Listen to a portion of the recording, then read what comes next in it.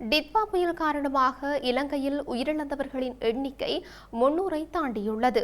அதே நேரம் 370 பேர் காணாமல் போயுள்ளதாக ஸ்ரீலங்கா அனர்த்த முகாமைத்துவ மத்திய நிலையம் அறிவித்துள்ளது. இலங்கையில் கடும் பாதிப்பை ஏற்படுத்திய டிட்வா புயலினால் உயிரிழந்தவர்களின் எண்ணிக்கை 334ஆக அதிகரித்துள்ளதாக ஸ்ரீலங்கா அனர்த்த முகாமைத்துவ மத்திய நிலையம் தெரிவித்துள்ளது. கண்டி மாவட்டத்திலேயே அதிகளவான உயிரிழப்புகள் பதிவாகியுள்ளன. அதன்படி கண்டியில் 88 பேரும், பதுளையில் 71 பேரும், நுவரெலியாவில் 68 பேரும், குர்நாகலில் 37 பேரும், மாத்தளையில் 23 பேரும், கேகாலையில் 12 பேரும் உயிரிழந்துள்ளனர்.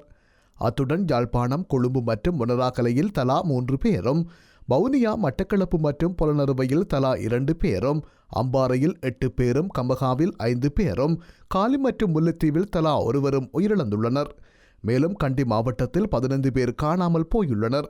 பதுளையில் 53 பேரும், கேகாலையில் 46 பேரும், குர்நாகலில் 35 பேரும், நுவரெலியாவில் 64 பேரும் காணாமல் போயுள்ளனர்.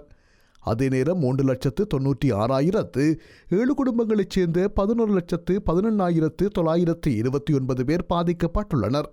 1,494 இடைத்தங்கள் முகாம்களில் 2 லட்சத்துக்கும் அதிகமானவர்கள் தங்க வைக்கப்பட்டுள்ளனர்.